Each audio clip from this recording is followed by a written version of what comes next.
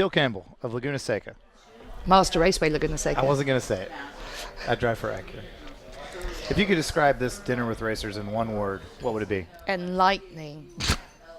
Okay. Liar. And now for Dinner with Racers, presented by Continental Tire. with your hosts, Ryan Eversley and Sean Heckman. Placeholder radio sound. I'm a driver. I'm very angry. This is the sound of a driver on the radio during a race. What do you think I should order?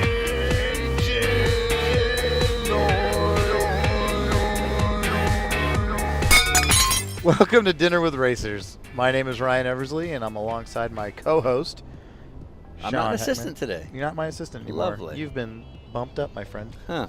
Lovely. Welcome to the bigs.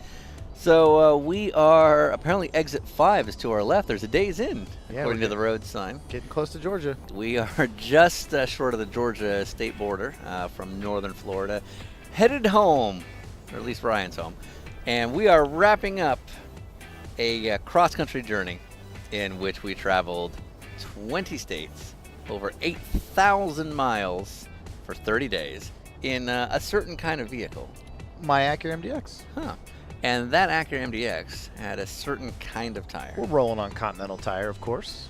And so we met up with 27 different people who we thought would be cool to have dinner with, kind of talk about the sport, talk about where they've come from, and then pass it on to you so you can in turn tell us everything we did wrong for your free podcast. Enjoy it. So for our next adventure, this is kind of a last-minute addition, but we realized, holy crap, we should totally meet up with her because she'll be amazing. And we're in the neighborhood. Which is part of it. So we met up with the CEO and general manager of Mazda Raceway Laguna Seca, Gill Campbell. Jill Campbell is awesome. We had never met her before.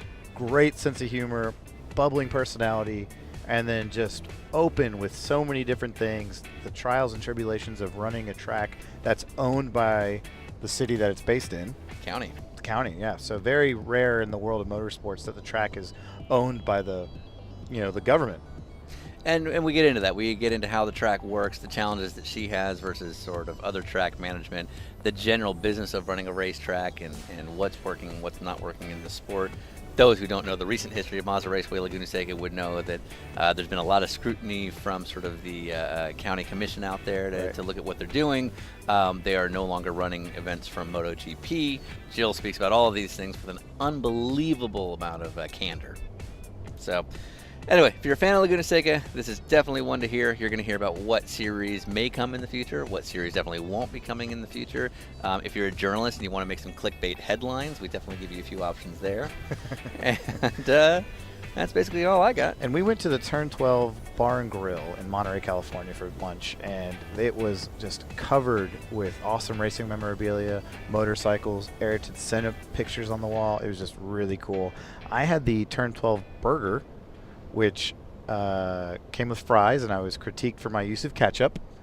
And Sean, you had, let me guess. Chicken sandwich. A chicken sandwich! Yeah, so anyway, let's hear from Jill. Also, her PR guy, David Hart, was with her. He says a few things. And he criticizes my use of ketchup. So let's hear from Jill, Mazda Raceway Laguna Seca, courtesy Of Continental Tire. Is that how it's going to be every episode? Yes. Okay. All right, we're going to start in 5, 4, 3, 2. I've never been to this place. I didn't even know this existed. It's so. very cool. Like I say, it's the same people that own Baja Cantina and Pat and The Finney family. yes, Yeah. and their son now has a ride Ryan with Finney. IndyCar. Yeah. Yeah. So So for those listening at home, we're at the Turn 12 Bar and Grill, which I didn't know was here either, and I was just here like 2 months ago for the World Challenge finale. And it's got a Ganassi IndyCar wing on the front door when you walk in. Basically, there's Senna artwork, GT40s, old Le Mans posters, and Literally just above us, we've got a photo of Senna and Villeneuve. yeah. And That's there's awesome. another Villeneuve on the other side of you there. and excuse me, to your Oh, right. and then Mazda Raceway Laguna Seca. Yes. But Right funny to our enough, right. it's the Toyota Grand Prix of Monterey poster. So you guys got to make your mind up. pre Mazda 1994. Raceway days, I Right, think. right. Yeah. Wow. So obviously you've got to stick with me a little bit more, and I'll show you all the good places to go. Yeah, for sure. Yeah, no kidding. Yeah, this place is really cool. Because there's like a couple of staples around here. Like people always associate like the mucky duck or tarpies or something like that. Right. But, yeah, tarpies. I said it because it's got a loud sign. Or But- McDonald's. Mucky Duck is now the Bear and the Bull.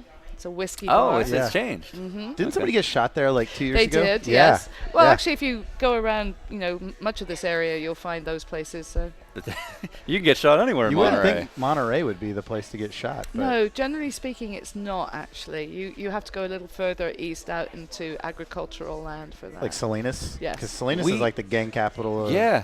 of California or something because so many of the families breed the kids that go into bad areas. We stayed at that's we a thing. Yeah, for that's a the thing. World Challenge finale. The guy that I went with, we hadn't thought it through, and we literally showed up with no reservations. And of course, so everything is we're looking up like in the parking lot. It's like $300. So we found a place, a Super 8, for like $110 in Salinas. I've been there. I did not think of I've this. stayed there, I didn't yeah. think it through. And we show up, and there was a hotel that was unregistered across the parking lot, and I'm pretty sure it was a stash house. Yeah. Because like there's people just staring out the window and You were definitely in the wrong part of the agricultural country. There are some really good parts, actually, and some great restaurants. There's a great brewing company in Salinas. Which one? It's the Central Coast Brewing Company. Nice. Yes. So David, the PR guy, Here I am. Are you happy where this is going so far? Not too many red flags. Only 3 or 4 in the first 3 minutes. But So is this weird for you two? Like you sit down and it's like me and a driver would sit down. It's like, okay. Shit. I don't me like this versus side. you. Right, yeah. He's like, all right. Did Jill and I need to step out so Yeah. we can like So settle we your can just differences? start a Or PR do we out. need a glossary of language? Right. No, I'll give David credit because we when David was at IMSA, we didn't know each other terribly well. And like the very first thing I did with IMSA was I was the Rediscover sports car video, Okay. the toy cars Yeah, and the whole yeah. thing. And we maybe had one email exchange where we just sort of introduced ourselves. And he's like, "Yeah, I just forwarded it on to Scott Atherton." And I was like, "Okay, we're fine. Right. We're gonna get Yeah. along." So. And I got a lot of credit for that because apparently Scott Atherton saw it and gave Potter a lot of credit. So, so that was probably so- one of the 1 or 2 good yeah. things I did while I was there. Right. It's the only thing you did good I'm there. not telling. That probably brought you out of the negative, Sean. Yeah, He's like, okay, exactly. now you're back at 0. yeah, exactly. Yeah, I'm still on the watch list, but just lower on the list. So I'm just looking at the menu here, and there's a Laguna Seca burger. There is. Is that? I mean, what makes it special? It's sanctioned. It's because it goes like this. If I order this, do you get a percentage? Yeah, no, I wish. But if you order beers, no, I'm just kidding. No, Is it technically a copyright infringement because it's not the Mazda Raceway Laguna exactly. Seca burger? Okay, Yes, yeah. Right. exactly. Right. So don't order that. No. Or it's really bad and it's We just do parody. we do sanction. We've got beers. Actually, we've got a corkscrew ale that Peter Bees produces. We've got a beer that English Ales produces. So, we get around. I was gonna say that's the 4th time you've mentioned beer. Are we getting beers? Did I mess up by ordering a Coke? Oh no, I've got a business committee meeting this afternoon. right. That's Otherwise, all the more Don't let reason. that I would stop be you. here. I know. In my prior life, in my business that I had in Portland, Oregon, my business was actually divided between beer festivals and motorsports. So I always bragged that I could promote drinking and driving at the same time. So, yeah, beer is Go my well. other passion. I'm liking this so far. So have you seen the movie Beer Fest? No, I haven't yet. Okay, so that's probably not at all what you were doing. Yeah. No, hopefully Yeah, it's not. probably a little different. No, I have heard a little bit about it. Yeah. So you're our first and I think only track person, so to speak, that we're going to have on this. So Laguna Seca. And the first and only, did you say? Yeah, we're not. Okay. We're not. Let's just say I don't think anybody from ISC is ever going to call us back. It's just a guess. So No, no, I no. don't think Bruton Smith will be like who, and that'll be that. But so Laguna Seca, go. Mazda Raceway Laguna Seca. Mazda Raceway, Laguna Seca. Let's get it right. As We a- should charge people $1 if they get it. If they get it wrong. As a factory Especially- accurate driver, we're gonna bleep that out. Yeah. Okay. But there's a giant continental bridge Yes. in the Yeah. track. During the Continental Tire Monterey Grand Prix. I see. Yes. If you Okay. go out and see it today, it's actually a bridge. You mean another brand? Another brand, exactly. Yeah. Sorry. Weird. Bleep that out. Okay. Man, so you guys Yes. will just put it on for anybody. We're whores. Yeah, copy. like That's this. where I was gonna go. I was gonna say sluts. Oh, that too. Poor Dave. We're up to 7 red flags. Okay, guys, that was great. You can't print Does, any of it. yeah, hopefully the county's not listening. But So the schedule is out, or will be out come November 18th. It will be, Yeah. yes. We are, because of our agreement with the County of Monterey, because Mazda Raceway Laguna Seca is actually on Monterey County property, Right. we are limited to 5 major events. Right. So that's really all we can do in 1 year. Hence the reason we have 5.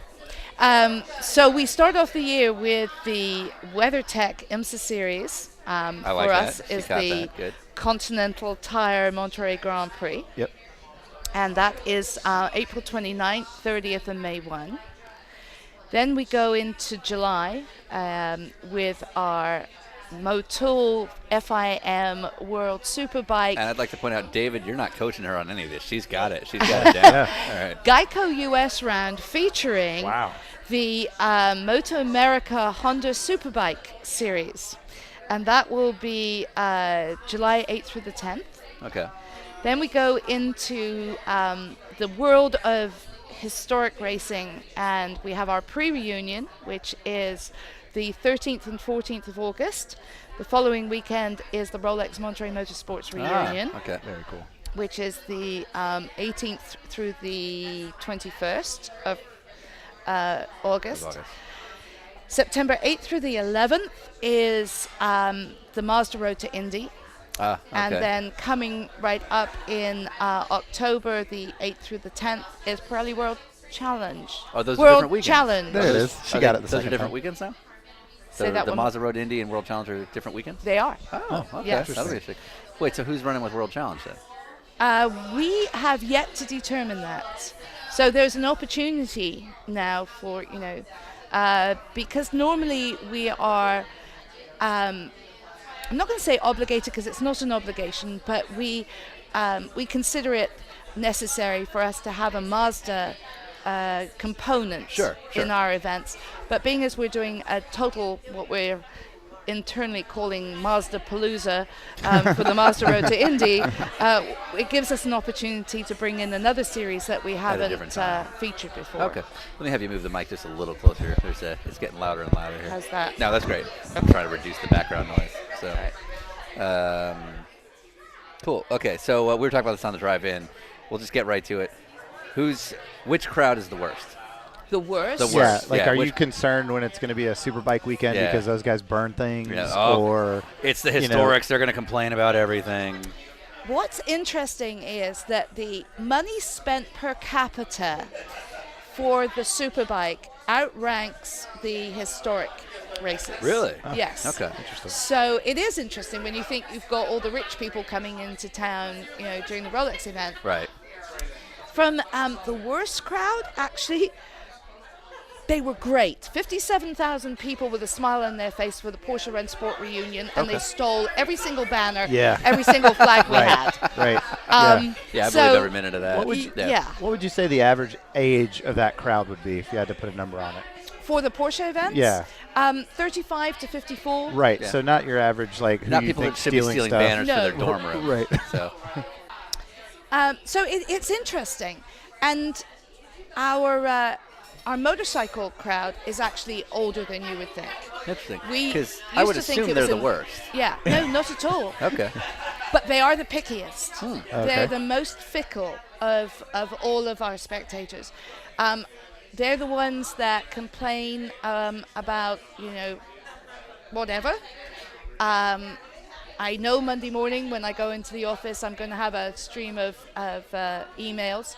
This year wasn't so bad, but it's interesting. They are very passionate about their sport. They're very passionate about how they're perceived and what their expectations are. Yeah.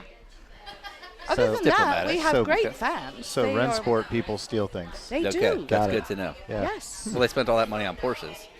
Well, yes. So I mean, you that's have to what have they a got free left. banner. I want Yeah, something yes. free. Yeah. Poor Patrick Long. Glad he made it out alive. Yes, He's like, I know. I got Patrick Long. Yes. He was naked when he left. Yeah, exactly. Put him in the trunk. I would have thought the opposite. Yeah, I Yeah. would have thought it was a Yeah, bike it's guy. interesting. So- It really is. So actually, you're pretty candid with attendance, and a lot of tracks when they post event, a lot of tracks will not release attendance figures or whatever, Or and lie. or lie just blatantly. And I've never understood. I understand the lie. I don't understand why you wouldn't release it unless it's truly that atrocious. Well, it's usually truly that atrocious. Oh, all right. We announce actual tickets distributed, so attendees on site. Right. I have to confess that with Rensport, there were 7 squirrels that got added in because I hate round numbers. I hate zeros Okay. at the end. Sons So of bitches. I threw in 7 squirrels. Do you still see them from time to time? No, Yeah. yeah, they multiplied thereafter. But the truth is, I agree. In fact, I was having this conversation yesterday. Once you with a journalist from Austin, who was talking about Formula One, and it's like, what are the real numbers? Well, nobody knows what the real numbers are because nobody ever announces real numbers. Right. I learned it a long time ago. I got caught on a promoter's rose-tinted glasses announcement. Okay. And Was this a beer fest or was this a racing event? it was a racing event. Okay. And a journalist came back and said, I actually counted. and you're wrong. That's how low it was. It's like, I have no darn. time. I could see that. Yeah. Right. So ever since then, I do announce, again, actual attendees. The actual number of sold tickets are very different, obviously. Right. But, racing has changed over the years so much that you used to be very proud to announce, hundreds of thousands of people at your Yeah. site where you've got 15,000 seats. Yeah. It was interesting for me when the first year we did MotoGP, and I went to my board and I said, we're going to get 50,000 people in the first year. And they said, not a problem. We've done 50,000 people with cart. And in fact, we did 60,000 people. And I'm thinking, okay, I'm new Sure. to the Sure. facility. I'll believe them. And we had 54,000 people on Sunday of MotoGP. We had porta potties overflowing. Right. Trucks couldn't get to them. It took people 4 hours to get out of the Yep. facility. I was there. I remember. I So- went back and went, wait a minute, you told me you had handled 60,000 people before. So I went back in the books and actually looked. And the most we'd ever done for a kart event was like 32,000. Really. So it's not a good thing to announce promoter numbers. It will catch you in the butt. And I remember, Yeah. I think it was Denver. And I think that was a kart race, and the journalist went out and counted the seats in the grandstands. And they were caught short. So it doesn't pay to lie. Sure. Who's got that kind of time? Yeah, well, no, that's how few people are there. He's like, I counted them all. I didn't even take off my I'm shoes. angry. Yeah. So, Interesting. So you came on in 2002. 2000, December 17th, 2001. Okay, fair enough. Because Mimo Gidley, who we were with last night, used to come here when he was younger. I grew up about an hour and a half north here, so I remember coming as a kid. And yeah, the 80s and 90s, I mean, the traffic getting in was always a nightmare. Yes. There's sort of only one little access road to really pull in. In the old days, you used to come through Fort Ord in the back, but that was about it. And it's kind of a sad statement over the years because it's a lot easier to get into the track now than it used to be. It is. But you obviously you weren't here before that. Have you heard any of those tales or know why that was the case? Absolutely. Yeah. But there are several reasons for that. Actually, the worst event ever was when the Pope was here in 1983. I think it was 87. Did they And, go down the corkscrew or a little Pope-mobile? They actually they bussed people in, Okay. but forgot to send the buses to get them out. So we're still finding people under trees. And then the Grateful Dead concert, that was another one. That had to be amazing. Yeah. Was the Pope? Is that why the Pope showed up for Grateful Dead? No, they actually missed each other by a couple of years, but they Nice. should have got Missed together. It would opportunity. be Yeah. great. Right. So we have added what we call the purple parking lot, which is our general parking. And that was part of Fort Ord land that was only just before I got there, we were allowed to use it for parking. So it helps the traffic tremendously. Also, Barlow Canyon, which is a road that goes out, it's very scenic, goes out into Marina. That's added an additional relief. We have an organization called the Highway 68 Coalition. I call them cavemen. They're citizens against virtually everything. Hill people. Yeah, they don't Yeah, like exactly. traffic. They don't like noise. And they this is don't sort of like the my community flags that's starting to sort of encircle the track. Yes. Okay. And so we do everything we can to keep traffic off of Highway 68. And To try and reduce the conflict you have with the yes. county. Right. so over the years, we have perfected our traffic plan. I have to have 12 local law enforcement Right. agencies sign off on that Right. plan. But it has gotten a lot smoother. Right. And the numbers have gone down. Right. Right. I'll have you move the mic just so Unfortunately. it'll bend. If you could kind of, yeah. It's just the background noise. How's that? Yeah, that's great. Is that So, better? Yeah, yeah. Okay. So this is, most people know this, so I don't want to spend too much time on it. But to sort of put this in perspective, this is one of those few tracks where you guys don't own it. Correct. The county of Monterey owns this, and so there's no ISC. Roger Penske doesn't own this place. There's no, Bruton Smith kind of overlording. You have a county and a board of, I would assume, not all are necessarily racing fans that you have to sort of address and kind of explain how this works. So that's kind of, I think, probably one of the biggest challenges you guys face out here, right? It is the biggest challenge we Yeah. face. Sports Car Racing Association of the Monterey Peninsula built. Scram. Yes. Yeah. And everybody wants to know what a scramp is. Well, it is that two-headed fuzzy creature you see from us. It is actually a I group. thought it was an angry guy on a four-wheeler. With a white helmet. Yeah. Probably And an is. I think that's a We'll scramp. You've deal met with that. them. Yes, correct. Yes. Yeah. Sorry about that. It is a group, though, of very dedicated volunteers that built and have operated the track for 58 years. When it was initially built, it was Army land. When the Army left Fort Ord, the only way that it could be deeded was to a government agency. So Scramp couldn't take it over, could not lease the land, could not buy it. So it went to Monterey County Parks. I try to explain dealing with it. It's like the old ride at Universal Studios where all the rocks roll down the hill and you don't know if you're going to get hit by one of them. Right. Yeah. That's my daily life. It's without the net at the bottom.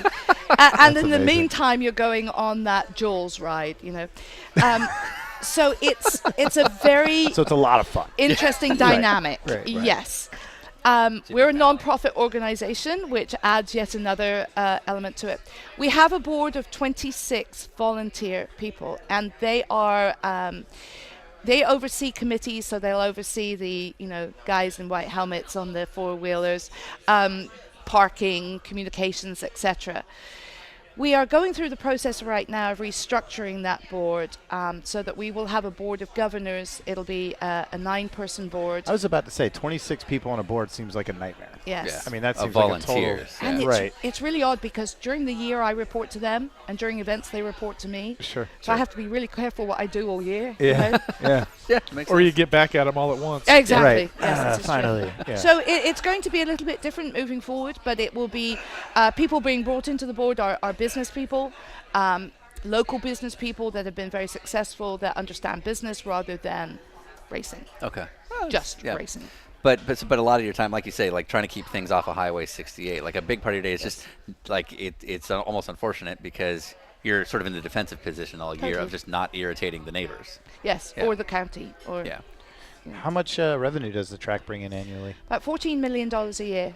And then I imagine because this is a tourist town, that's actually not like if you were in Iowa or something, bringing in $14 million a year in the middle of nowhere, that'd be a really big deal. But this area probably produces quite a lot of tourism money, or am I way off? It does, but our economic impact to this area is about $200 million a okay. year. Yeah, that's a huge deal. So, we really, I always tell people, a lot of cities have baseball stadiums or Right. football stadiums. We have Mazda Raceway Laguna Seca, which is a gem. Yeah. Right. It's owned by the people, but I will tell you, 50% of the people in this area have never been up over that hill and Yeah. know it's there. And are annoyed by the traffic. Yeah. Right. Yeah. So is that your card in your back pocket that you have to play every time this comes up with noise or traffic or whatever? Like, right, but don't you enjoy Absolutely. $200 million of, Monterey County has 3 industries. Agriculture is its largest industry, tourism, and education. We don't have any manufacturing plants. We don't have any major industry other than those 3. So when Mazda comes in and does a new car launch and spends $1 million in hotel rooms alone, that's something that this area would not get unless the racetrack was there. you wouldn't see companies like Red Bull or Yamaha or GoPro coming into this area for any other reason. Yeah. So You it's guys, a huge I'm benefit. going to steal this from you, but do you guys watch Last Week Tonight with John Oliver? It's an excellent show, but they did a segment. Yeah, I know. I'm stealing this from you. This is my But- idea. Yeah. No. But they did a segment where they evaluated sort of the argument that baseball stadiums and football stadiums will make on economic impact to the community, and it was a very, very critical piece. How do you guys form the logic as far as saying $200 million comes into the community? Where does that math get built out of? It actually got built out of the last economic study that we did through Stanford University. This year we've actually gone through CSUMB, which is our local university, gone through a third party to do a new economic impact study, which should be, in fact I have a meeting on it this afternoon, but it should be completed by the end of this year. So I'm very interested to see what the new numbers are. But even if it's half of what it was, if it's $100 million, that's still a lot of money. It's And huge. this is not a very big area. You know, No, it's a small not. town. Yeah, Monterey So- has like 57,000 people. Yeah, that's not a big area to have Right. such a big pull for an event, Right. or a location like that. Yes. And we pull for our attendees primarily from East Bay, South Bay, San Francisco, down to Santa Barbara. So we're a long corridor, rather than being in the center hub of a larger metropolitan area. Right. So somebody listening in might go, "Oh, they're making $14 million. They're doing fine." But We also I spend 14 well, and a and that's what half. I'm saying. Yeah, is, I don't know that it's really understood the economics of how racetracks work. So like when IMSA comes into town with the WeatherTech series, they're not just showing up for free. I mean, you guys have to pay a sanctioning fee and there's security and all that. So walk us through some of the line items that really take a ton out. Well, I can tell you that on an annual basis, my law enforcement is about a $300,000 bill every year. And it is, because we don't own the property, we don't own any of the buildings. So it's like camping. You have to bring everything in. We literally build a village for every single event. So our expenses are much higher. Doing business in Monterey, I'm sure you've seen menu prices are much higher than your average place. Housing here is extremely expensive. So just the simple act of doing business is enormously expensive. To put on an event like World Superbike, for example, is almost a $3 million project. Right. MotoGP was $9 million. Right, of which 3 was the sanctioning fee. Correct. Wow. So there's not my partner in life, he's always said, motorsports, it's a great sport, it's a lousy business. Yep. It's pretty true. It's very difficult to make money. With an event like MotoGP or World Superbike, also, we do not have the rights to sell sponsorships in TV, so on the track. Right. So that takes away a whole chunk of potential revenue. Right. We make, and plus we have to pay the county 5% of all of our revenue plus ground rent for everything that we do. So it's challenging.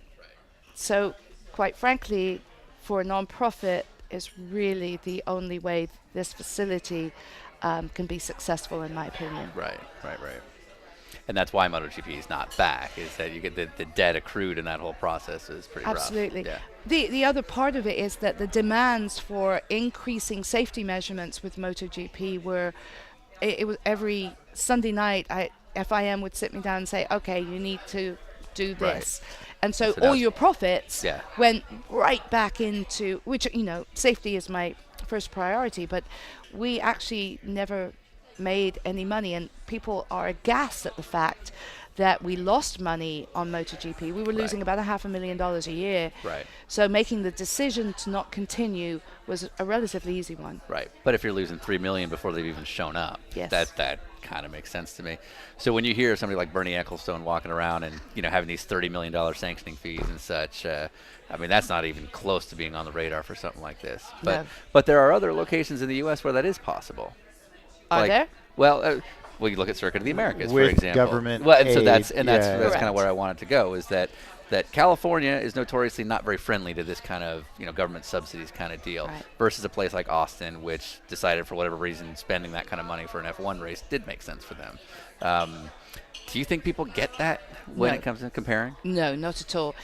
And again, you go back to MotoGP. I mean, I have people in this community that are constantly saying, "But you lost MotoGP," and we didn't. You know, we gave it up. Right. And other people probably should. No, I love MotoGP. No, go there, please.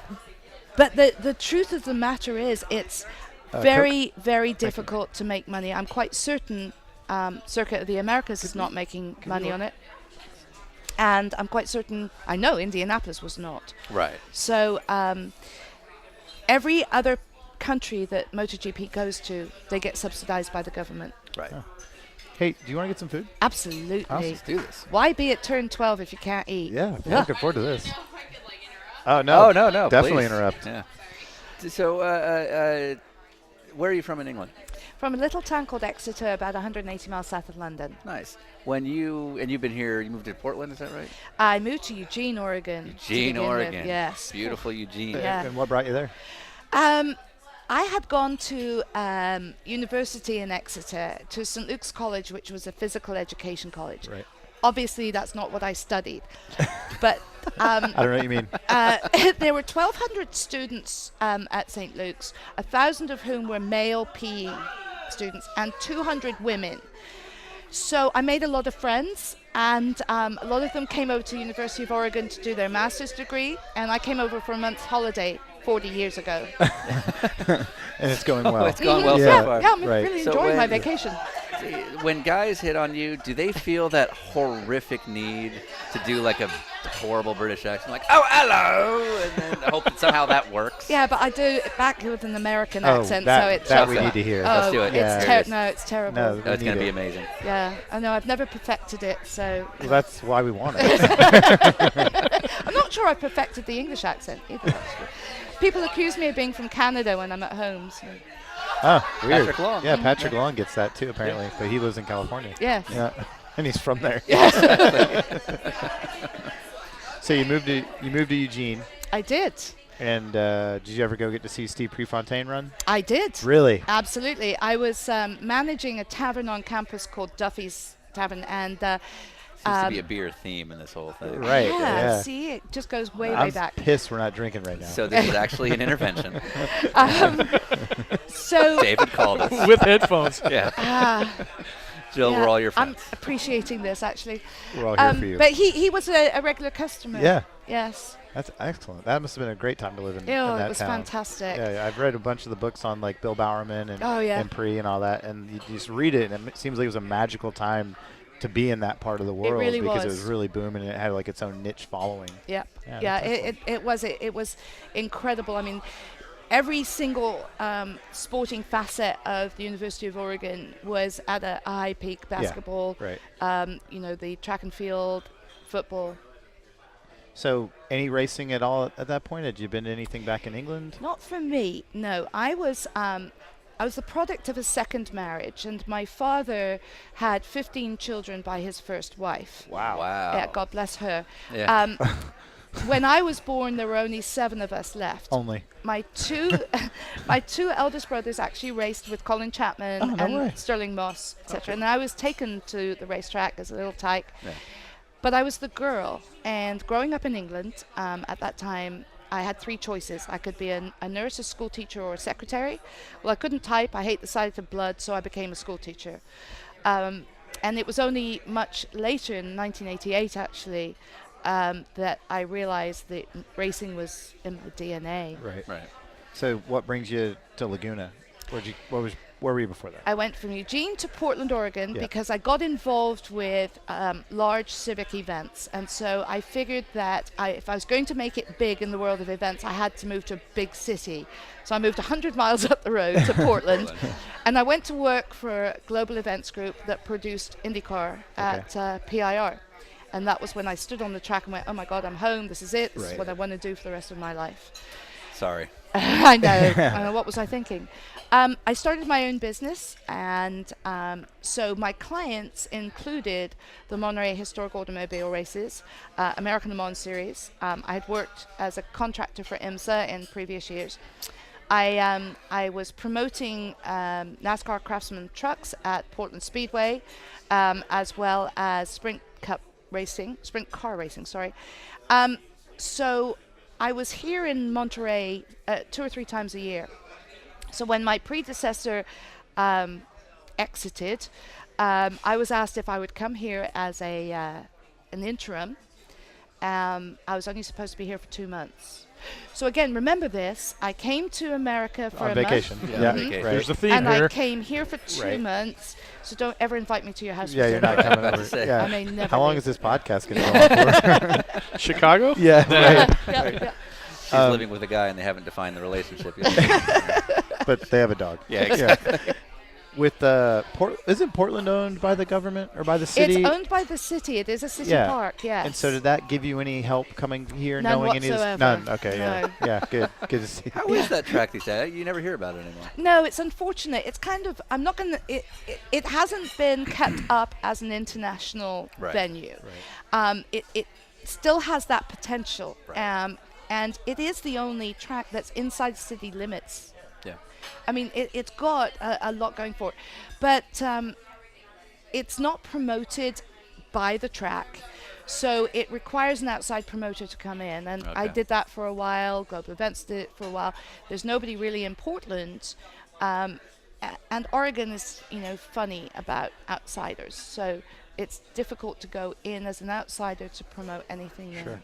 Is it So still? just- Is it still true that Portland has the highest strip club per capita? I'm sure it does, actually. Yeah, because yes. that was when I went there in '05 for the only time I ever got to go as a mechanic. You visited them all? No, actually I didn't have a chance, but my team had a rough weekend. Best way to put that. So we didn't leave the track much, but that was like everybody, because when you fly, you always run into like 100 mechanics on the plane or whatever, and everyone's like, "You've never been to Portland before? This is the best weekend ever!" And that's why all the IndyCar teams apparently always wanted to race there. Oh, I'm sure. Was for that reason. So I was just curious to know if that was something that kept up. You look like you enjoy the nightlife. I'm sure you've been to a few. Beer. Beer. If it has beer. Strip clubs in Portland versus Monterey. I've never been to a strip club in Monterey. Really? Have No. you? No. Or do you even I, know? Are one? there, I'm not don't- a strip club guy. No, but you That's would like still, taking a homeless man to a grocery and then not letting him eat. Like it's just not my thing. Let's get into that. I'm Let's good. talk about that. I'm good. Yeah, I wouldn't even know of one. So the Mucky Duck isn't the Mucky Duck anymore. No, it's the beer. What do I call it? Bull and bear. I mean, yes. God, got me on beer again. So as a racer, when we travel around, I'm sure everybody here has had this. You have like your go-to places that you go to in town. Like Crystal Fish is my go-to sushi place here, Okay. which is like a small place. It's not even the size of the room we're in right now. But I was coaching a guy who I couldn't be out here because I was at another race somewhere else, and he said, "Hey, he'd never been here before. He said, where should I go get a beer or a bite to eat?" And I was like, "Oh, you got to go to the Mucky Duck." And he walks up to it, and it was like a club weekend here, and it was like closed, like closed, like boarded up, closed. And he sends me a picture of it, and he's like, "Yeah, look, it's not here." And I'm like, "What's up with that?" And so I Google search, and that's where it's like, "Man shot at Mucky Duck." I was like, Monterey? Yeah. So what's the go-to now for? Where do you send people when they say, "Where do I go get a beer around here?" Well, obviously, turn 12, Baja Cantina, Yep. because they're very loyal to the track. But, I'm English. So English ales for a good beer. The Crown and Anchor Crown and Anchor is where I went last has the time. best sticky toffee pudding known to man. Really? Oh, yes. Huh. What the hell is that? Doesn't sound good. Oh, it's That so sounds- good. It sounds like never mind. Sounds like something you could do to a girl you don't care about. But go on. With whipped cream. She can keep up. Awesome. Yeah. Where were you 2 weeks ago? Someone tells me you'd be fun on a road trip. I love road trips. I'm just guessing. So I'm out. You're going with Ryan. Finally. So you were mentioning earlier that you have a bridge that's not currently the Continental Bridge, but it was earlier. And obviously the track is Mazda Raceway, Laguna Seca.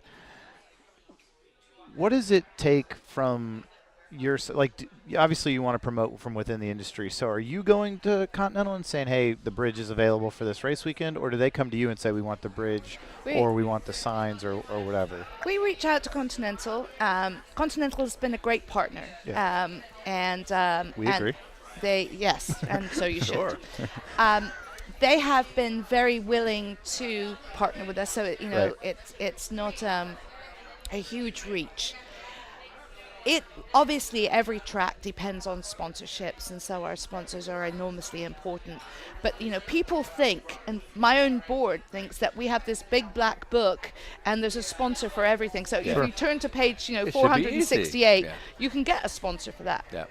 It's not that easy. We do about $3 million a year in sponsorships, and I have primarily one guy who is doing all of that, which is, he's been doing it for a long time, and his forte is keeping sponsors. So our relationship with Continental has been a very good one. Why did it get so quiet? It just got What just amazingly happened? It quiet. did. What did I Like- say? Yeah. Like, what just happened? That's Wow. crazy. Right. All Someone just got shot across the street. Yeah, apparently. Guys, this is the safest town in America. Well, She says at 12:40. You're right. So to that, then how much? I don't know which way to word this, like politically correct, but how much money does Mazda put in to the track, or is it just a naming rights thing? They don't really do anything other than that. $1.5 million a year. That's what it takes to be the official. 70% of that we are committed to turning back into improvements in the track. So like the Red Bull Energy Center, Right. which is now the Hospitality Pavilion, suites and garages. So any improvements that we do to the facility is, quite frankly, because of their investment. Right. And that's, I assume, in terms of racetrack management, probably one of the hardest things is I look at it like our video business. We were just talking about that. The reinvestment, the need to keep up the infrastructure, the safety improvements are going to change every year as far as the new thing that you have to do. And again, you're not getting government subsidies. Nobody's reinvesting to put a $30 million whatever into your facility. So I assume that's probably the biggest challenge. It is. In the 14 years I've been here, we've invested $24 million into the facility, and the county has invested absolutely zero since 1984. Wow. So they do look to us for Yeah. maintaining it, and when you have a 58-year-old facility, it gets harder and harder Yeah. to keep it. Absolutely. You're constantly doing maintenance rather than improvements. Yeah, yeah. Every time I play Forza Motorsport, do you get like $1? Yeah. No, we do get a licensing fee though. Okay. So, but yeah, that's like a you flat. help. They give you a check. You help. Mhm. So every time I play, they just know that I want to play there. That's and right. so they have to re-up with you. And they re-up. Mhm. Okay. So keep okay. doing it. Okay. Okay. PlayStation as well. If you could actually play them all, it would help. Okay. Fair enough. This Now, can be done. because it's a government-owned property, and I'm assuming you have to answer to the local business of commerce, or I don't know. Is that information public? Like, can I go Yes. right now and research like what you guys are getting and putting into the like? It's all got to be out there because it's Yes. a publicly. Oh, that's really cool. And because we're a 501c4, Right. Everything's public. Right. I have no secrets. Because I'm surprised you just said $1.5 million. Like I just pictured like John Doonan cringing somewhere like, which makes me happy But because again, that's I've gotta known be him a long time. That's got to be one of the challenges, I assume, because any racetrack that's not publicly traded or that has a publicly traded organization, they don't have to tell anybody anything. No, and they you don't. do. So you're sort of open to scrutiny from people who maybe don't understand what it takes. Exactly. Yeah, I can see this. So on that level, it's pretty well documented, so I don't think we need to spend 30 minutes on it, but the ISC deal that had Yes. shown up with the county. So as I understood it, the county, as is very common in any form of racing, people thought that maybe it should be done differently, or they had some ideas about how the track should manage itself. They approach ISC, and you didn't know about any of this. No. So how did that work out? Not well for anybody, I don't think, Right. really, to be honest with you. And I'm sorry, just to back this up, ISC being the sort of NASCAR affiliated track management Yeah, group that owns a International ton of Speedway tracks. Corporation. Right. That owns, and I emphasize owns, 13 tracks around the country. Yeah. Again, you can't own Master Raceway Laguna Seca. So during the economic downturn, I'm quite sure, I think WeatherTech, and David has actually told me this, I think he was the only company that didn't lose money during that period of time. But I think everybody lost money. Oh, thank you. Ooh, see, look at those fries. Oh yeah. This looks amazing. Ooh. I might have to steal one. You can have as many as you want. So we lost a lot of money to the tune of about $2 million with MotoGP. only having 5 major events, it's very difficult to recoup a loss for the next event. Right. So we struggled. We fell behind in our payments to the county. And So you guys are paying a lease to the county in addition to everything else, all Right. your other expenses, right? Yes. Right. So we presented a payment plan to the county. We presented a payment plan to Dorna, which was accepted. And we thought, and we would be completely paid off by 2016. So we thought we were on okay terms. So it was a shock that they had reached out to ISC. Again, going back to the 58-year-old facility, there are some issues with the facility. We've got a water issue. We have an erosion issue. We have our literally runs downhill to a holding tank. We have no sewage treatment plant. So all of those issues, which would, under normal circumstances, fall under a landlord issue, the county is looking for someone to come in and relieve those problems. And we don't have the financial means to do that. Right. So ISC came in, looking like the good-looking blonde that walked into the room. Right. Or brunette. Or brunette. The redhead was already here. Don't want to leave anybody out. And so it looked very appealing.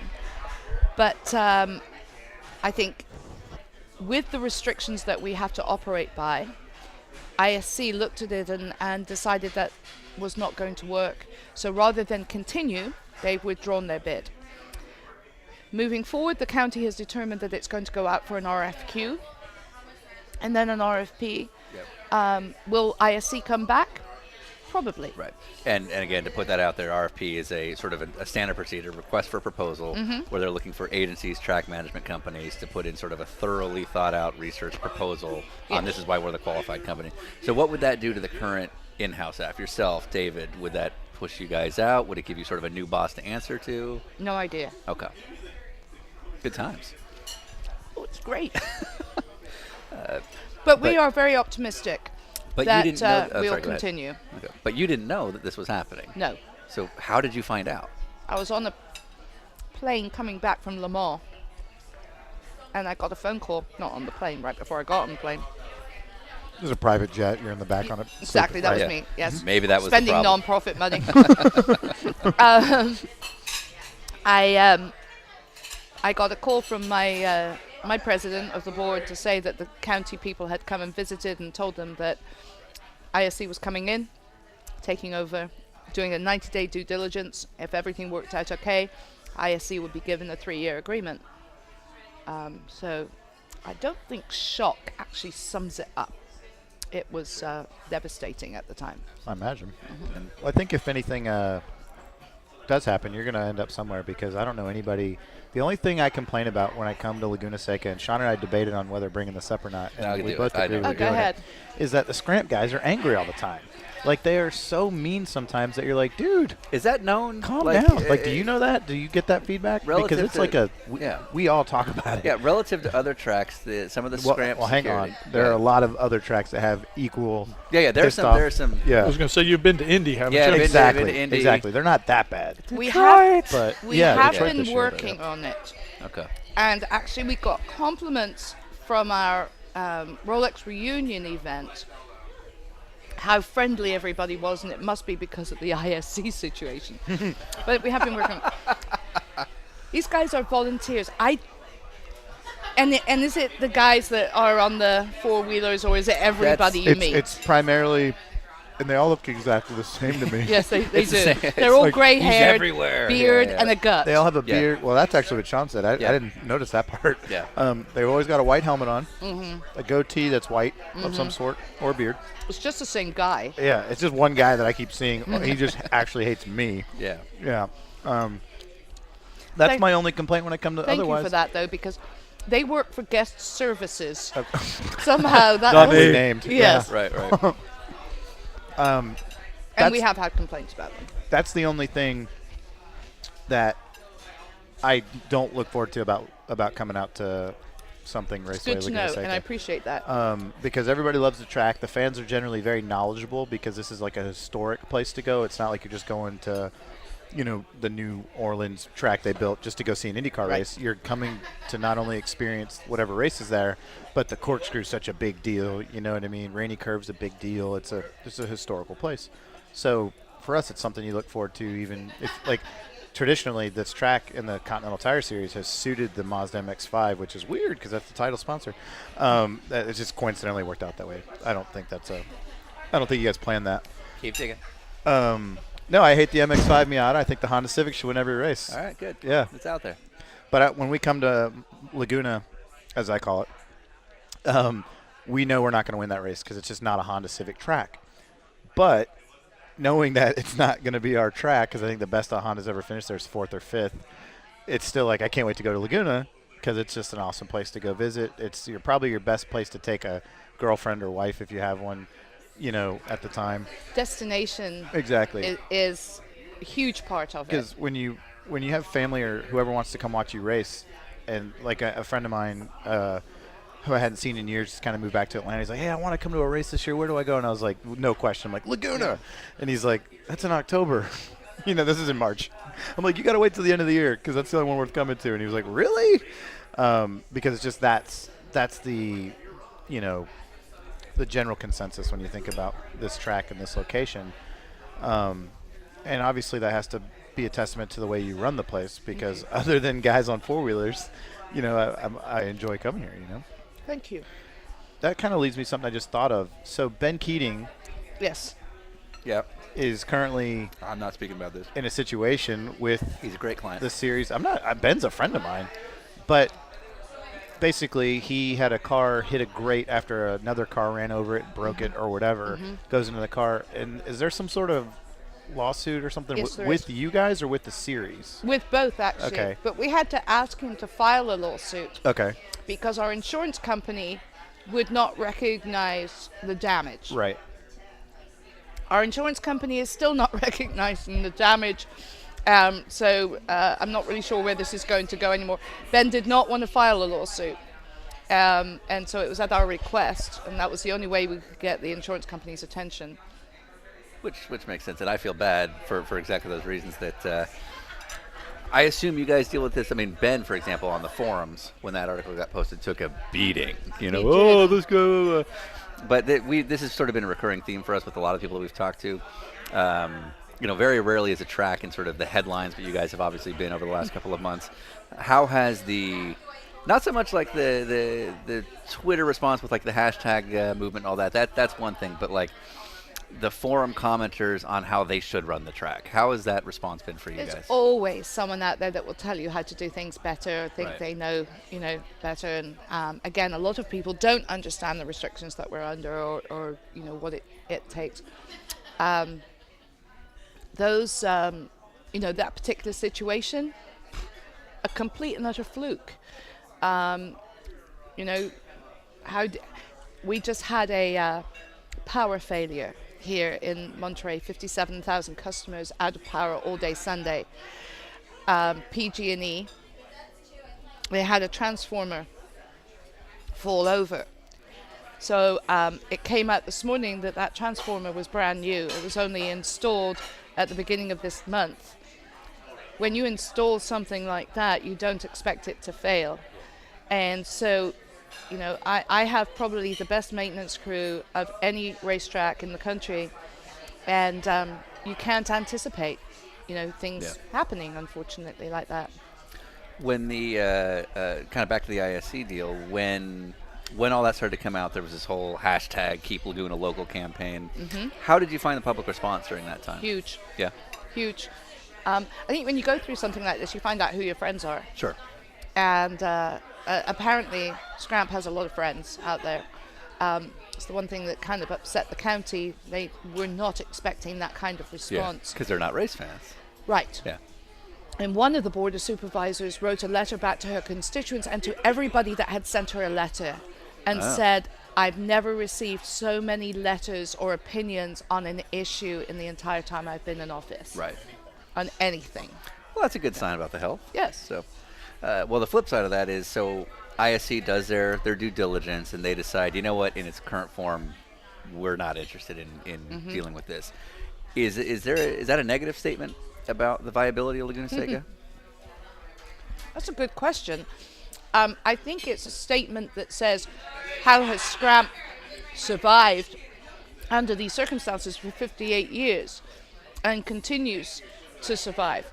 The last 2 years have been the most profitable we've had since the economic downturn.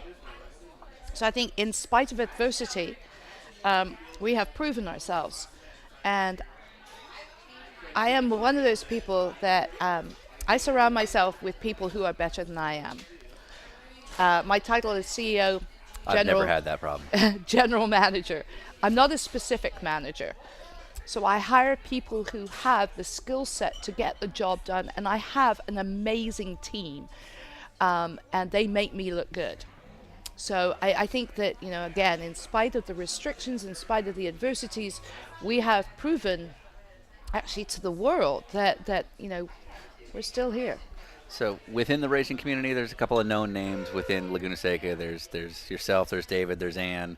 Who are the coolest characters that we don't know about? Is there like ATV Jerry that we got to hear about or anything like that? We I have. just want to know. No, that guy sucks. That's my guy. There might be like golf cart Bill. That's what I'm saying. That's Sort of actually like something that's really that parking I do lot like. Billy. Is the guys that shuttle you on the golf carts, which I think those are guys like, are awesome. Yeah, they're they're like all veterans or something, or I can't remember. They are Monterey Bay Vets. Yeah. And they're one of our charitable organizations that we make donations to. And they're awesome. They couldn't be nicer. Yeah. They're like the nicest guys ever. Yeah, and they don't have to wear helmets. You see. Right, and they got Cute. like the extra long golf carts, so they're Right. just like cruising all day, like pimping. Yeah, those guys are like, those guys are the nicest guys there, and they'll always drive you like to the door, right to your Yeah. door. to the Yeah, door, exactly. like anywhere I'm good fine. They're here. like, nope. Yeah, those guys are awesome. Whoever came up with that, because that's recent in the last couple of years, right? We started doing that on that kind of scale when we took over ownership of the Rolex Monterey Motorsports Reunion. Okay.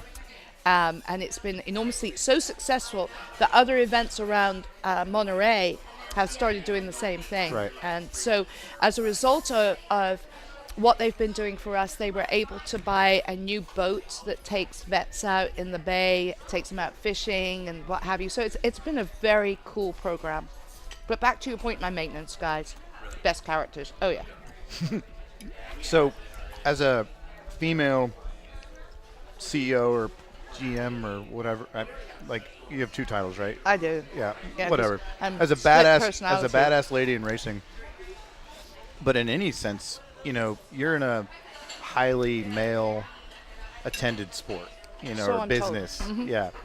Do you ever come across anything where you're like, dude, let's go outside right now and I can tell you who I am? You don't have to name names, but like, is it still something that you Or have you to can deal with name on names. it? We'd prefer if you name names. We'll then interview them and just down drag them for an hour. Like, oh, let's talk about this. Yes, it happens. But you still have to deal with that crap. Not as often as it used to, but Good. it still definitely happens. Yeah. But I do remember back in my Portland days, and I was promoting NASCAR Craftsman Trucks series, easy for me to say, at Portland Speedway. My job was literally the promotional aspect of it, not actually doing the contract or anything else or running the track. So it outgrew the Speedway, and I wanted to take it over to Portland International Raceway. Dennis Huth at the time was the vice president of NASCAR. And I went to meet with him, and he just looked at me and said, I don't deal with female promoters. And I was Really? so shocked This that is I like in the walked out of his 90s. trailer and kind of in this state of, you've got to be kidding me. Years later, he was working for Trans Am. And I knocked on his door. And That's a bit of a downgrade, I believe. but it was when American Le Mans owned the Trans Am series. Okay, yeah. And I was under contract with American Le Mans at the time, and I knocked on his door and said, guess you have to work with a female promoter. You're going to hate this. We've been really good friends ever since, but What was his deal? About the same. Yeah. How does that happen? This isn't like 1920. I mean, this is that's Yeah. crazy. it's All right. Do you think somebody like put him in his place somewhere and that changed Oh, his tune? I'm sure. Or was it you? yeah, probably. Yeah, the story you're not telling us is Yeah, what changed his mhm. tune, right? Yes. Okay, fair enough. He speaks very high. He should. He better. Well, I'd also argue He's that- our next interview. Yeah, exactly. I would make a guess that you're probably somebody we don't want to cross. Like, I could see you throw down with Atherton, and I'm pretty sure I know who would win in that fight. Are you packing right now? Coke? Always. Thank you. I have the guy who actually organizes the historic Formula One group, the Masters group, his name is Ron Maiden, has told me that I'm harder to deal with than Bernie Ecclestone. Wow. I'm not sure if that's a They're compliment taller. or an insult. No, Solid. You can totally take him. no. Yeah. So, if you could, like, shank one guy in the business, who would it be? It's like a dirty, rusty shank. And not get caught. Yeah, not get And caught. not get caught. Yeah. God, that's tough. We will put this out 366 days from now. Is that the I don't time know. period that passes I for it to be don't- okay? Look, I'm an expert in battery and the statute of limitations. You're not? Yeah, as much as the stuff as I look. But you got her thinking. Yeah. Yeah. I think right now she's got it down to about 5. I'm trying to narrow it Is down. it? No. No, they're all shorter. These are all than- your people. They're all shorter than me.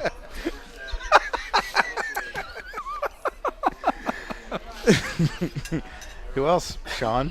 Who else should Jill shank? Well, now I got for to think you, of somebody Sean? taller than her. No, I have no problems. Not with anybody in the racing industry. That's such a lie. She's But above I'll give you that. credit. She's She's above above that. that. From a track management standpoint, who do you look at?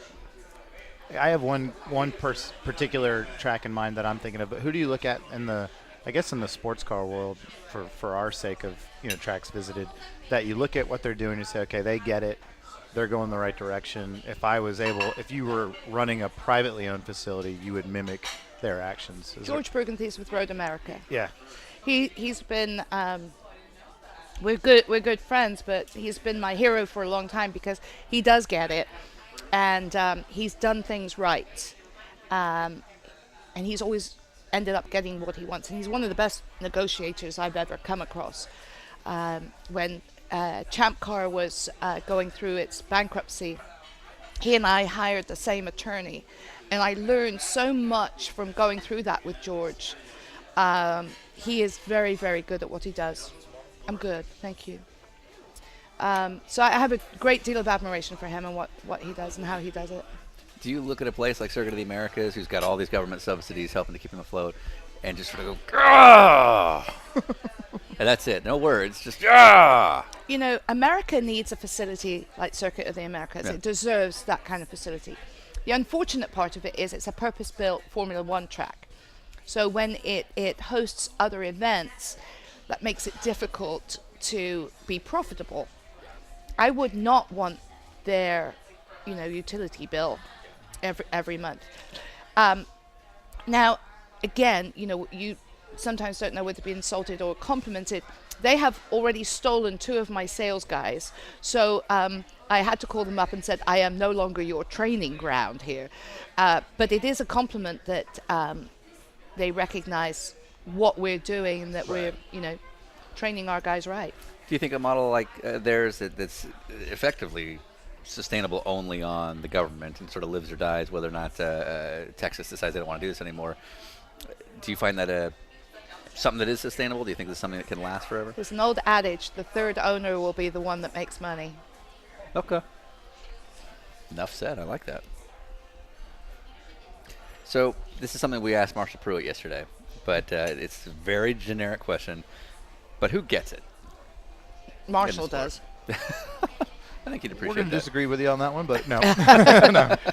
Marshall wrote a great article that we actually reprinted in the newspaper in regards to the state of motorsports.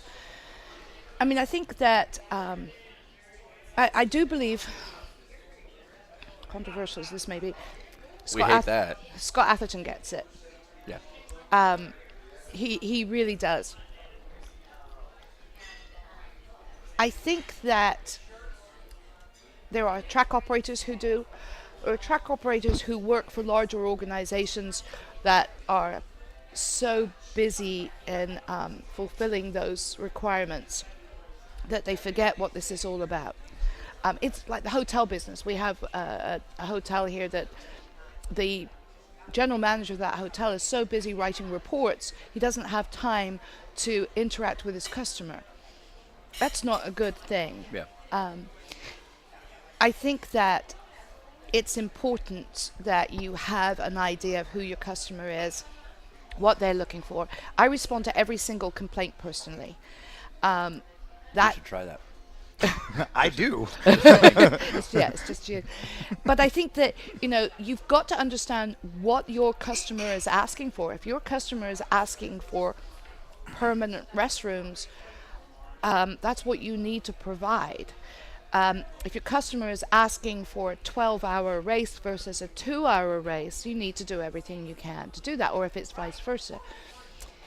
And I think there are some people who have lost sight of what the customer wants. And we've gone through periods of time with sanctioning bodies where we've had to remind them, we're the customer. Yeah. Without the track, you don't have anything. You can have teams, you can have sponsors, but unless you have a track to run at. Right. So ultimately, keep your tracks happy, and you're going to have happy customers. And some of that has gotten lost, I think, over the years. Do you think, because that speaks to a very kind of endemic motorsport problem, is I'm not sure we know what master we're serving anymore. Is it the fans? Is it the tracks? Is it the wealthy team owner? Is it the manufacturer? Is it the paying driver? Yeah. Is it TV? Yeah, that's exactly. So, do you think that's a curable problem? Because I don't. I think we have to go through some pain before we can, get back to it. I mean, TV used to be the driving force. I remember when I was promoting the IndyCar races, and we would get $250,000 in TV rights. That doesn't happen anymore. Yeah, no kidding. When we had cigarette companies, Marlboro would spend $50,000 in overcrew passes. That doesn't happen anymore. We're having to constantly reinvent ourselves Right. in order to just survive. I'm the president of an organization called the Road Racing Industry Council, and we represent 16 tracks around the country. So we meet twice a year and exchange ideas and, kind of brainstorm what works for you in your facility that, I could try in mine. And the bottom line anymore is tracks are having to diversify. They're having to go away from just being motorsports facilities. And that to me is very sad, but it's a reality. Yeah. Well, where else is the Pope going to go? Yeah, exactly. Elton John's playing the F1 race at Austin. Yes. I saw that. Wow. No. Which, if you buy a Formula One ticket, it's as much money as you would pay for a ticket just to see Elton John, and you Right, get both. right. Yeah. It's a deal. Yeah. But then a beer is like $40. Yeah. Interesting side note, Nigel Olsson, who is the drummer for Elton John, used to be my pace car driver. Whoa. Whoa. Where'd that come from? Yeah. All right. Yeah. He was my pace car driver in Portland and for a while for the Monterey Historic races. Did you know Spence Prompelli ran over a guy? I did not. Wu-Tang Clan. Are you a fan of Wu-Tang Clan? Who? Wu-Tang? No? You're not. You're not. I'm That's a no. apparently If you have to look at David, that's a no. What's in your Like, what are these idiots who's in your talking recently played folder of your iPhone, if you have an iPhone? Oh, good grief. Recently You'd played. be horrified. Oh, good. That's why I asked. You would be horrified. It's a very good question, actually. That's not an answer, though. I don't think there is. Katy Probably Perry. like Journey or Katy something, Oh, no, That's that'd all be right. awesome. Yeah. I don't listen to as much music as I used to. Really? I know. Podcast? You're all podcasts all the time? Yeah, Just when I us. get in my Yeah. car, I like the quiet. Okay. I can get behind that. Well, you Well- live in an area that's complementary to that. This is true. Sitting in Pasadena, LA traffic, Yeah. not so much. Yeah, no, you're right. It's a good point. Yeah. Never going back there. So where have you you lived here, you've lived in Eugene, Yes. you've lived in Exeter. Mm-hmm. What's the nicest place you've been to? Monterey. Really? Mm-hmm. All right. Are This you is happy paradise. I So do you're- like you're it here here. a lot. Okay. Yes. Yeah, I can see it. I mean, you've got everything. You've got the weather. You're 30 minutes from Big Sur. You get to be able to do a lot of things outdoors because of the weather. Yeah. Portland is a great city. It has 58 brew pubs. And,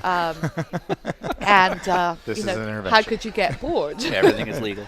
This is a problem. These are all red flags, by the way. Yeah. We're going to get an email from David of the 35 things that are coming by out. the way, only thing you can have. Our 6-minute podcast.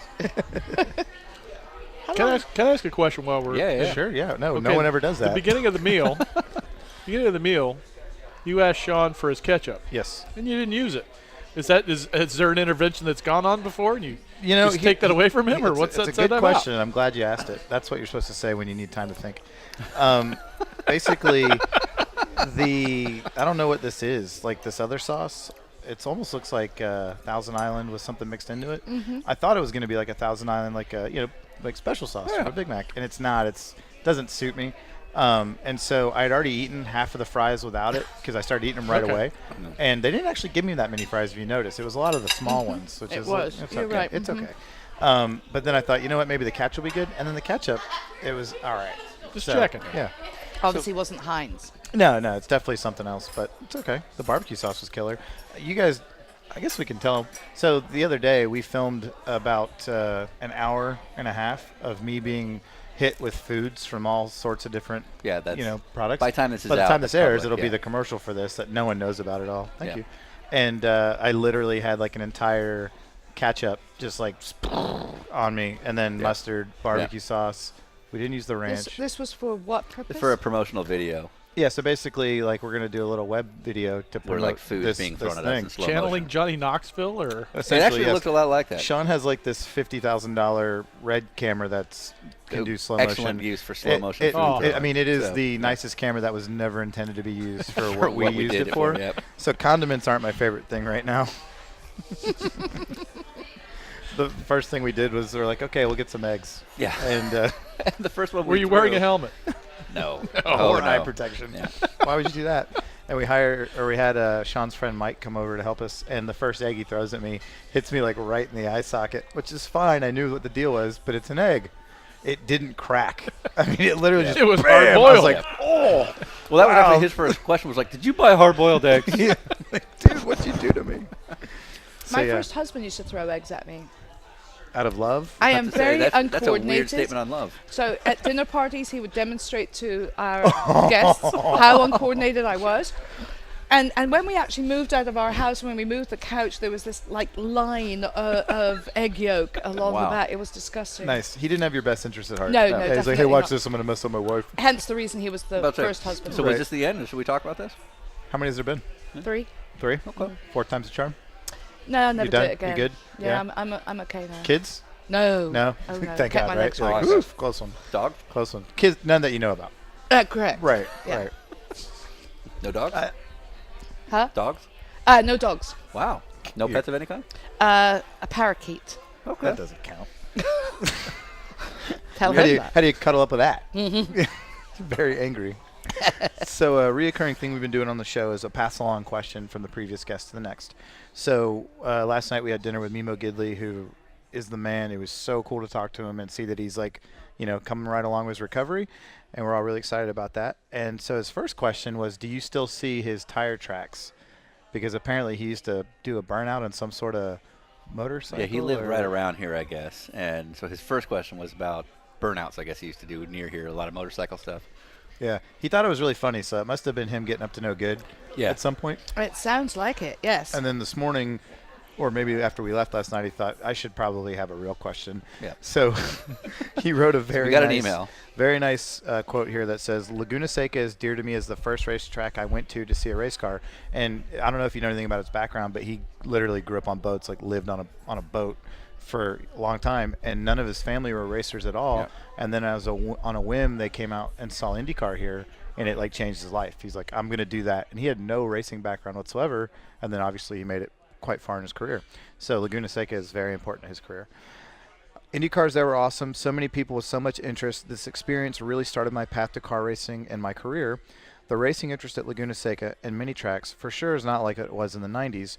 What has changed with the fans, and is there any way to get them back with passion?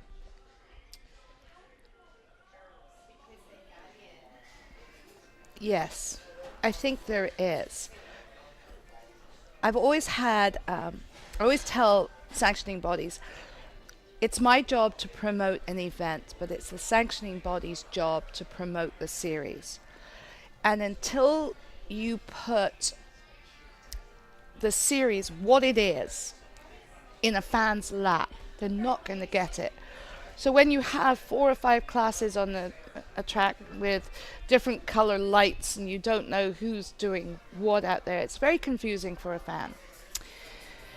And fans love to have heroes. They love to, for people. You should have seen the autograph lines at Porsche Rennsport reunion for the legend drivers. It was phenomenal. People stood in line for 2 hours to get an autograph. You don't see that same thing anymore. It's very, very rare. The only one that comes to mind, other than Patrick Dempsey, but that's because of his outside job, is like the Corvette team. Yes. They always have the line around the corner, and I think it's because they focus on making their drivers stars. They do. Yeah. And they put that, they create a culture and environment for their fans. And that's what has to happen. Me as a promoter, I can't do that. We can accommodate it, but it's very hard, just to get drivers or riders ahead of time anymore to do interviews or to get in the media is very difficult. I mean, back in the day, a month out, you would have PR people knocking on your door saying, I've got, so and so, can we do, a round of the radio stations in San Francisco? We have to literally pull teeth anymore to get drivers ahead of time. To your credit, John Everett, from Road America, he, in the last 2 years, has brought me up on the tracks time. Last year was for Continental Tire Series and IMSA, basically, and I was the guy they flew up a month early, and we did ESPN Radio, we did all the local news spots, and like a few other, we did like a guest spot on a live radio webcast kind of thing. And I was like, no one does this. Yeah. No one ever Well, does and this. I'm going to take your side on this, being on the team PR side of life. You're right. No one wants to show up a day early without somebody compensating for them or something. Exactly. Except for this one. I loved it. I was like, this is great. But, we'll Yeah. get so much fun. It's like, well, are you going to, now they're asking trucks, are you going to cover their airfare? Are you going to do this for them? Are you going to do that for them? And that's always how I have to respond, because my clients, that's what they want to do. Right. Yeah, that was actually the big not concern, but the question. I'm like, who's paying for this? Like, oh, we got it. And I was like, oh, Yeah. I'll be and it's there. not like Sure. the tracks have any budget to do this themselves, and why should they? No, Yeah. generally not. So now, I'll give you a prime example. Nikki Hayden is getting back into World Superbike next year on a Honda. He is an ambassador for Tissot. So we've gone to Tissot. Tissot is going to do some pre-event promotions with Nikki for us. That's great, but it just doesn't happen. And so it's I did a campaign here, this is several years ago, with Tom Christensen. I put his photograph in the paper and said, have you seen this man? Do you know who he is? That's awesome. Nothing. That's my kind of stuff. I like that. know. Yeah. And we're not doing that. We're not promoting stars anymore. Right.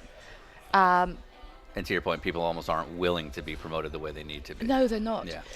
And I was having the same conversation with Patrick Long, actually, and he just said, I am so committed to so many other things that I don't have time to do the things I want to do for for an event. And then after that, he said, "Hey, put me down." Yeah. Sorry, I had to. Give me my shirt back. Stop hitting me. Let's do. Let's make some clickbait headlines for journalists. Hang on. Okay. Go ahead. So now our next guest. Oh yeah. Is who? There's a segment we do. You're the producer, right? Yeah. I Okay, don't good. care. Who's our next guest? So our next guest is Sean Johnson, who is a very well-known soccer player out of Chicago. He plays for the U.S. men's national team as well as MLS. If you could ask a question for this man in Chicago. Is it true what they say about goalies that they have big hands, and is that true what they say about big hands? And you can edit that one. David, you good? No, that's going I'm good in. with that one. That's All right, going in. I'm very good Yeah. with that one. The other one would be, who is the fitter athlete, a soccer player or a race car driver? Soccer player.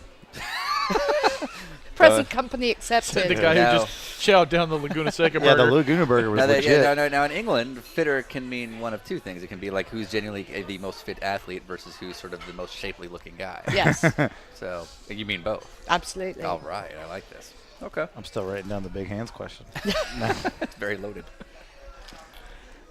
Make an excellent lesbian. Okay, now you can make headlines. All right, so let's make some clickbait headlines, so that John. You got to DeGeese, kill one, marry one. Yeah, no. So that John DeGeese can listen to this and be like, Formula One, might come to Laguna Seca. Let's make some of these things here. So let's list off a few yes or no. Will they ever have it? Will F1 ever come to Laguna Seca? No. Will WEC ever come to Laguna Seca? Ooh, ask Gerard. Okay. But I you'd like be open that. to it. Oh, So have you absolutely. guys Yeah. talked? Yes. Awesome. He didn't like my numbers. I'm shocked. Weird. Yeah. Okay, that's cool. IndyCar. Keeping everything crossed that crosses, we would love to see IndyCar back. It's got to make fiscal sense for us. Sure. And Are their sanctioning fees very high relative to the product right now, or the turnout, I should say? they're higher than they should be Okay. for the product. Yeah. Right. MotoGP. I would love to think they would. I've not given up hope, but again, FIM has changed their safety rules, and I'm not sure that traditional road courses will qualify anymore. Right. They're looking much more towards the Tilke designed tracks Yeah, the for crappy their ones. future. Yeah, Mhm. Yeah. the Lots crap of ones. runoff. So it would Yeah. require a huge investment. No passing to opportunities. Yes. up the infrastructure. Yeah. NHRA. We don't have a long straightaway. So no, No. you could make that. Yes. And that's it. Going back to I the don't know why Formula- Laguna Seca doesn't just pay for a drag strip. I don't either. They need marketing. They need marketing. Yes. What about? I read that something about a nationwide race, Xfinity race was potential, or Is that what they are now? anything NASCAR related, despite the ISC stuff. Not in our immediate future. No, I mean they don't need us. Right. They've got enough tracks to go to, and you know this. I mean, Master Raceway Laguna Seca is a very technical track, and when you've got off cambers like we do, putting trucks on that track would be a little dodgy. But I'm never opposed to it. I mean, it'll never be a cup race track. What about GRC? Yeah, that's what I was saying. Global Rallycross, would they be a potential? Yeah, it's not out of my maintenance guys would kill me for 'cause it would You could really probably screw do up the something track. pretty badass with the corkscrew and then go up the little hill, the Yeah. spectator Yeah, sort of hill, cut and through it whatever. and come back. Yeah, I mean that'd be Cool. expensive but awesome. Monster trucks. I tried to do monster truck demo in the purple parking lot, but because it's still Fort Ord land, they won't let do me disturb the earth. Oh, that's Because too we have bad. something called the Tiger Salamander. The what? The Tiger Salamander, and it has precedence over everything else. Oh, there's an animal on there that you can't violate. I was like, was that I some thought it sort was a of- yeah. mascot. Yeah. Yeah. Okay, But so it it's some will sort of be. protected We animal. barbecue them, and They're delicious. That's what's on that burger. Okay. Will the Pope come back? hey, he was going to come to Monterey. I put the invitation out there, but he had other things to Offer do. withstanding. Elton John. Yes, there's an idea. Okay, thank you. That's a good idea. Yeah, Yeah, so you I'll have, have it in. I'll have Nigel talk to him. Who's the most famous person you've gotten to meet because of your position in racing, but not in racing? Paul Newman. Well, he's in racing. Oh, you're right. Who's the most important? Not in racing. You know, because I know like MotoGP brings out a lot of celebrities. Pitt. Brad Pitt. Nice. Did he smell as good as he looks? He smokes. Oh. It was so bad. disappointing, Yeah, yeah. actually. It really Man. was. And Tom Cruise, but they're both shorter than me. Yeah, Tom's a little Yeah. guy. Yes. But he doesn't Which smoke. is That guy's disturb- like, no, he like doesn't. an animal. But it is Yeah. disturbing when you have to look down on somebody, you know? You know, pick him up, shake him, Yeah, like, but- Yeah. Look. Yeah. I want this Come one. to me. Yeah. Look me in the eye. You like put him under your arm. Yeah. Run off. But no, that that Patrick Long? was very cool. Brad. Patrick Long. I just like this vision of you like carrying around Tom Cruise and Patrick Long. Like, these are mine. We're gonna go shopping. I'm in charge here. Okay. Okay. Brad Pitt that's some smokes. clickbait, yeah. No, I know. Yeah. That bums me out. Yeah. I know, it bummed me out too. Who's the worst ego guy you've had to deal with? Like, has it been like a motorcycle rider that's like, I don't need this. I can't be bothered to stand here and sign a poster. Or No, I would say it was one of my historic drivers. yes. Good. surprised. Good. I Yeah, was I really can see glad you that. didn't say this guy at the World Challenge event was terrible. Was there any? Have you met anybody that's like surprisingly awesome that doesn't need to be like a Valentino Rossi or something? Yes. It's like, I'll tell you who. Wayne Rainey. yeah, okay. Wayne Rainey's the Wayne man. Rainey is probably the most awesome person I've ever met in my life. The most humble man, the most down-to-earth man, and I'll never forget. He was doing an interview, and the interviewer said, "So you are paralyzed from the waist down?" He Yeah. said, "No, I'm paralyzed from the chest down," and it was just so matter of fact. yeah. And I'll offer him a glass of wine and go, "No, I might want to get up and walk."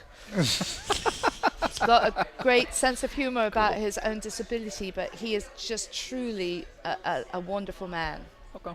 That's awesome. Yeah. He's the man. That guy's cool. Also shorter than you, at least now. Yeah, yes, absolutely. I don't mind getting down on my knees for him, though. Sure.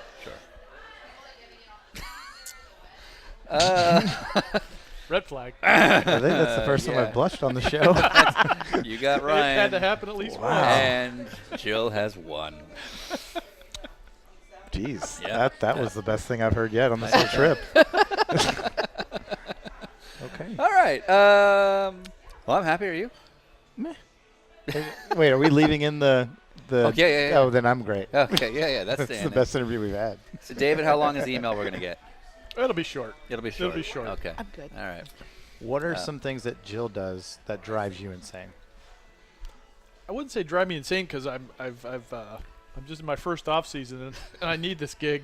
It's all right, you're safe. What the best part though, what I really like is my office is around the corner and down the block from hers, but we have a small office building that we work in, and when she gets up on the chip, whether on the phone or not, it's good. It's good drama. You You know, can good like drama, hang up good the phone comedy. and still hear her yelling down Oh the street. yeah, but it's funny to hear her voice just go up and down and. And so, what are some of her pet peeves? Like, what is it things that she's like, this guy again did this kind of thing? Yeah, I can't go there. Sure you can. No, I can't. All right, Jill, I same question. do know. Well, yeah, you answer that one. Wait, what was the question? Pet peeves, things that you're always up on the red limiter that guys are doing, or not guys, Actually, but people that you're working with. my pet peeves are odd. I can't stand. I have a very Podcasts, low. I hate them. I have a does very now. low tolerance for incompetence. Yeah, as you Very should. low. Yeah. And yet you're here. So incompetence just drives me nuts. I didn't the tell other her thing what is was happening. is blue jeans. That's what I was going At to say. the Was blue office. Wait, jeans. that's a pet peeve? I was like, No I- jeans. So let's no stay jeans seated. at the office. Really? Uh huh. In California? I know. That's crazy. I've worked That's at the awesome. track now for 7.5 months. I've worn jeans once. And never again. I allow jeans the day after an event, and Okay. that's it. wow. Really? Yes. So you're Wow. not at all the person we thought you were this entire time. Like, I'm just free It's and like, easy going. so if I was to work for Laguna Seca, which Yes. is clearly never going to happen after this, but would I be allowed to charge like a pants relocation fee? No. No. So All right. here's my theory. Okay. What about black jeans? Black jeans are kind of okay. Ooh, good It's to know. blue jeans. Yeah. Appreciate that. Khaki color. I said kind of. She just like her was it. eyes just rolled. Like, I'm smiling, but I'm mad now. I grew up in England. I am a traditionalist. Okay. You wore jeans when you worked on the farm or when you were extremely casual. You would never go out to a pub in jeans. Okay. You dressed up to go out to a pub. That's not true anymore, but it wasn't. So I have this theory that if you dress down, your attitude is going to be incredibly casual and your productivity is going to be casual. Sure. If you make an effort to dress for your job, you are going to do a much better It's job. that sort on of it. dress for the job you want. Yeah. Kind of attitude. Yeah. Yeah. I So that's my theory. So it has nothing really to do with blue jeans. It has to do with an attitude that goes with it. I get that. David,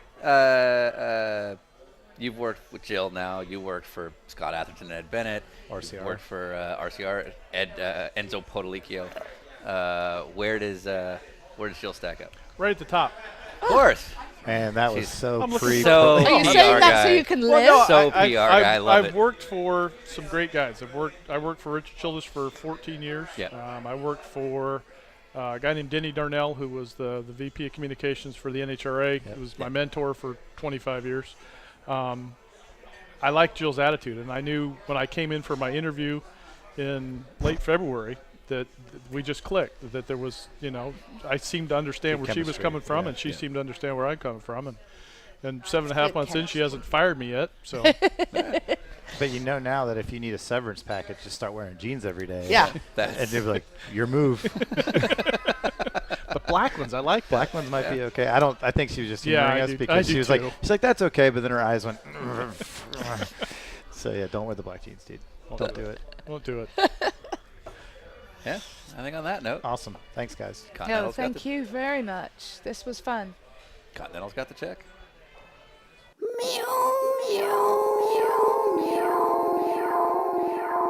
I'm finished.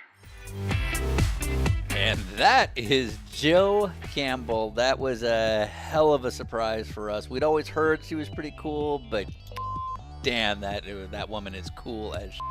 So, thanks to Jill for giving us the time. This will conclude our first batch of releases, our Headed West swing. And then we'll release our batch 2 of our Eastern swing in just a couple of days.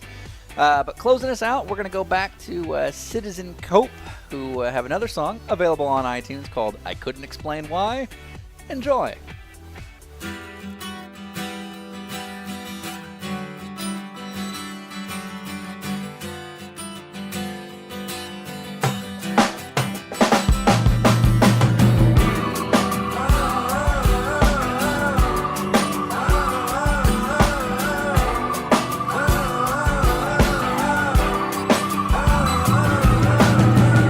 In a couple of hours, the morning is coming, and I'm hitting the door running. The gas is in.